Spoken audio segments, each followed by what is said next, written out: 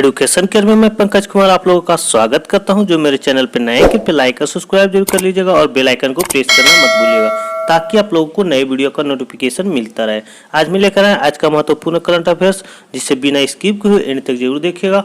और इसका पीडीएफ प्राप्त करने के लिए आप लोग मेरे टेलीग्राम चैनल से जुड़ सकते हैं, जिसका लिंक मैंने अपने डिस्क्रिप्शन में दे रखा है। नहीं तो इस वीडियो के पीडीएफ का लिंक मैं अपने डिस्क्रिप्शन में दे दूंगा, जहां से आप लोग डायरेक्ट डाउनलोड कर सकते हैं। ओके, चलते हैं यहाँ पे क्वेश्चन की तरफ। यहाँ पे पहला क्वेश्चन है कि शरद अरविंद बोबड़े ने किस राज्य में ई सोर्स सेंटर और वर्चुअल कोर्ट का उद्घाटन किया। शरद अरविंद बोबड़े ने किस राज्य में ई सोर्स सेंटर और वर्चुअल कोर्ट का उद्घाटन किया। चार ऑप्शन है यहाँ पे, महाराष्ट्र, गुजरात, दिल्ली, कर्नाटक। तो इसका आंसर हो जाएगा ऑप्शन ए हो जाएगा जी, महाराष्ट्र। महाराष्ट्र के नागपुर जिले में यह जो है सो वर्चुअल कोर्ट का उद्घाटन किया गया है। महाराष्ट्र के नागपुर जिले में रिसोर्स सेंटर और वर्चुअल कोर्ट का उद्घाटन श्री शरद अरविंद बोबड़े के द्वारा किया गया है। ओके, महाराष्ट्र के नागपुर जिले में। चलते हैं अगला क्वेश्चन की तरफ। अगला क्वेश्चन है यहाँ पे कि राष्ट्रीय स्वच्छ मिशन ने जल शक्ति मंत्रालय के साथ मिलकर गंगा उत्सव 2020 का केवां संस्करण का आयोजन किया।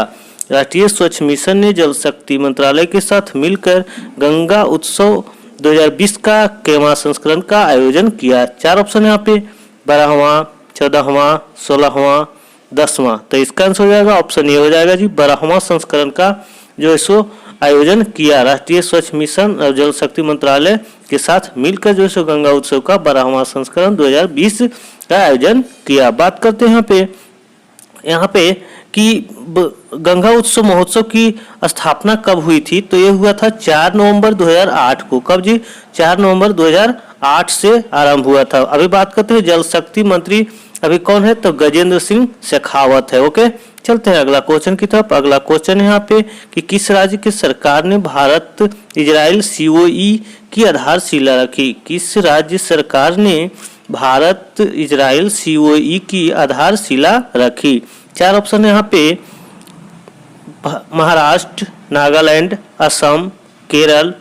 तो इसका आंसर हो जाएगा ऑप्शन सी हो जाएगा जी, असम राज्य जो है सो भारत सरकार जो असम राज्य सरकार जो है सो भारत इजराइल सीओई की आधारशिला रखी। ओके, यहाँ पे बात करते हैं असम की सीएम की। तो असम के अभी सीएम जो है सो सर्बानंद सोनोवाल है और वहाँ की अभी राज्यपाल जो है सो प्रो जगदीश मुखी है। ओके, असम की लोकप्रिय नृत्य की बात किया जाए तो बिहू की असम का लोकप्रिय नृत्य है बिहू। ओके, असम का लोकप्रिय नृत्य है। चलते हैं अगला क्वेश्चन की तरफ। अगला क्वेश्चन है यहाँ पे कि भारत, अमेरिका, जापान और किस देश के बीच मालाबार नौसैनिक अभ्यास का पहला चरण आरंभ हुआ। भारत, अमेरिका, जापान और किस देश के बीच मालाबार नौसैनिक अभ्यास का पहला चरण आरंभ हुआ। चार ऑप्शन यहाँ पे, श्रीलंका, बांग्लादेश, रूस, ऑस्ट्रेलिया। तो इसका आंसर हो जाएगा ऑप्शन 4 हो जाएगा जी, ऑस्ट्रेलिया देश जो है सो भारत, अमेरिका और जापान के साथ जो है सो मालाबार नौसैनिक अभ्यास का पहला चरण आरंभ किया। ओके, यहाँ पे बात करते हैं कि ऑस्ट्रेलिया जो शामिल हुआ इसमें, तो ये जो है सो बंगाल की खाड़ी में आयोजित किया जाएगा। यह 4 दिनों तक चलेगा नौसैनिक अभ्यास। तो इसमें शामिल देश हैं भारत, अमेरिका, जापान और ऑस्ट्रेलिया। ओके, चलते हैं अगला क्वेश्चन की तरफ। अगला क्वेश्चन है यहाँ पे कि मिशन सागर 2 के तहत भारतीय नौसेना का जहाज एरावत किस देश में पहुंच गया है। मिशन सागर 2 के तहत भारतीय नौसेना का जहाज एरावत किस देश में पहुंच गया है। चार ऑप्शन है यहाँ पे, इजराइल, सूडान, ताइवान। इनमें से कोई नहीं। तो इसका आंसर हो जाएगा ऑप्शन बी हो जाएगा, सूडान देश में पहुंच गया। मिशन सागर 2 के तहत भारतीय नौसैनिक जहाज एरावत जो है सो सूडान देश पहुंच गया है जी। ओके, यहाँ पे बात करते हैं ये जो जहाज है एरावत, ये जो है सो भारत के द्वारा भेजा गया है। ये जो कोविड-19 समस्या को दूर करने के लिए, यानी कि उससे जो जूझ रहे देशों को जो है सो सहायता प्रदान करने के लिए, वहाँ भोजन उपलब्ध कराने के लिए यह जो है सो देश में भेजा गया है जी। सूडान देश में अभी गया है एरावत जहाज। ओके, कौन सा जी? तो एरावत जहाज, और वहाँ दवाइयाँ भी उपलब्ध कराएगी। ओके, चलते हैं अगला क्वेश्चन की तरफ। अगला क्वेश्चन है यहाँ पे कि प्रतिस्पर्धा आयोग ने किस बैंक के सहयोग से भारतीय एक्सा अधिग्रहण के मंजूरी दे दी है। प्रतिस्पर्धा आयोग ने किस बैंक के सहयोग से भारतीय एक्सा अधिग्रहण के मंजूरी दे दी है। चार ऑप्शन यहाँ पे, PNB, SBI, HDFC, ICICI bank तो इसका आंसर हो जाएगा ऑप्शन डी हो जाएगा जी। ICICI bank Lombard general insurance के तहत जो है सो तहत के भारतीय एक्सा अधिकरण को मंजूरी दे दी गई है। ओके, यहाँ पे बात करते हैं भारतीय एक्सा का मुख्यालय कहाँ है जी। भारतीय एक्सा का मुख्यालय जो है ये है मुंबई महाराष्ट्र में। ओके, इसके एमडी और सीईओ अभी कौन है, तो ये है संजीव श्रीनिवासन। ओके, इसकी स्थापना जो हुई थी 2008 में हुई थी। ओके, इनका एक्सा का टैगलाइन क्या है जी, तो सुरक्षा का नया नजरिया। ओके, यही पे बात करें ICICI बैंक की जो है, जो अभी इसका मुख्यालय कहाँ है, तो मुंबई महाराष्ट्र में है। इनका जो एमडी और सीईओ जो है ICICI बैंक का वो है भार्गव दास गुप्ता। इसकी स्थापना 2001 में हुई थी जी। ओके, और इसका टैगलाइन है क्विक इजी स्मार्ट। ओके, चलते हैं अगला क्वेश्चन की तरफ। अगला क्वेश्चन है यहाँ पे कि इंडियन ऑयल और इंडियन इंस्टीट्यूट ऑफ साइंस के द्वारा किस ईंधन को विकसित करने का लक्ष्य रखा गया है।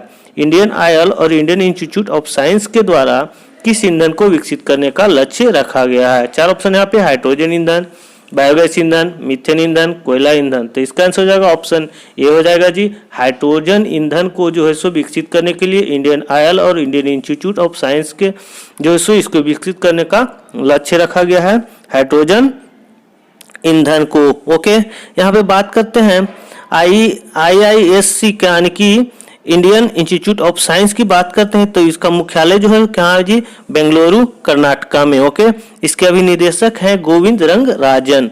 यहीं पे बात करते हैं यहाँ पे इंडियन ऑयल की, तो इंडियन ऑयल की जो है मुख्यालय जो है वो है नई दिल्ली में। ओके, और इसके अध्यक्ष अभी हैं श्रीकांत माधव। ओके, चलते हैं अगला क्वेश्चन की तरफ। अगला क्वेश्चन है यहाँ पे कि बल्लेबाज एम सैमुअल ने क्रिकेट के सभी प्रारूपों से रिटायरमेंट का ऐलान किया, यह किस देश से संबंधित है। बल्लेबाज एम सैमुअल ने क्रिकेट के सभी प्रारूपों से रिटायरमेंट का ऐलान किया, यह किस देश से संबंधित है। चार ऑप्शन यहाँ पे Australia, Sri Lanka, Bangladesh, West Indies. तो इसका आंसर हो जाएगा ऑप्शन डी हो जाएगा जी। वेस्ट इंडीज के बल्लेबाज थे एम सैमुअल, जो क्रिकेट के सभी प्रारूप से रिटायरमेंट का ऐलान किया। ओके, इसके बारे में बात करते हैं तो एम सैमुअल जो है वो 71 test match, international test match खेल चुके हैं, 207 ODI मैच खेल चुके हैं और 67 T20 मैच खेल चुके हैं।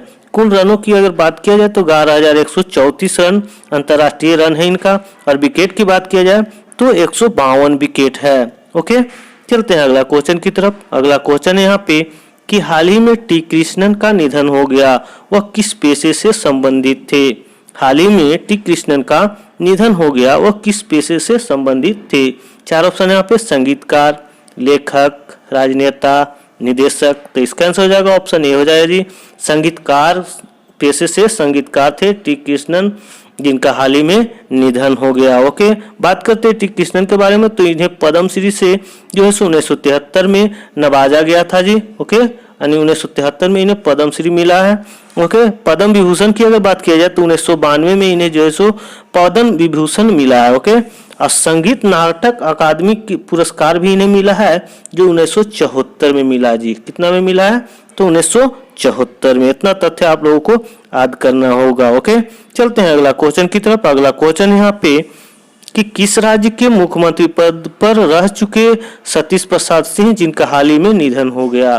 किस राज्य के मुख्यमंत्री पद पर रह चुके सतीश प्रसाद सिंह, जिनका हाल ही में निधन हो गया। चार ऑप्शन है यहाँ पे गुजरात, बिहार, उड़ीसा, छत्तीसगढ़। तो इसका आंसर हो जाएगा ऑप्शन बी हो जाएगा जी। बिहार के मुख्यमंत्री रह चुके सतीश प्रसाद सिंह, जिनका हाल ही में निधन हो गया। बात करते हैं यहाँ पे सतीश प्रसाद सिंह के बारे में, तो यह बिहार के 6ठे मुख्यमंत्री के रूप में 5 दिनों का कार्यकाल संभाला था। कितने दिनों का जी, मात्र 5 दिनों का। सबसे छोटा कार्यकाल इन्हीं का था।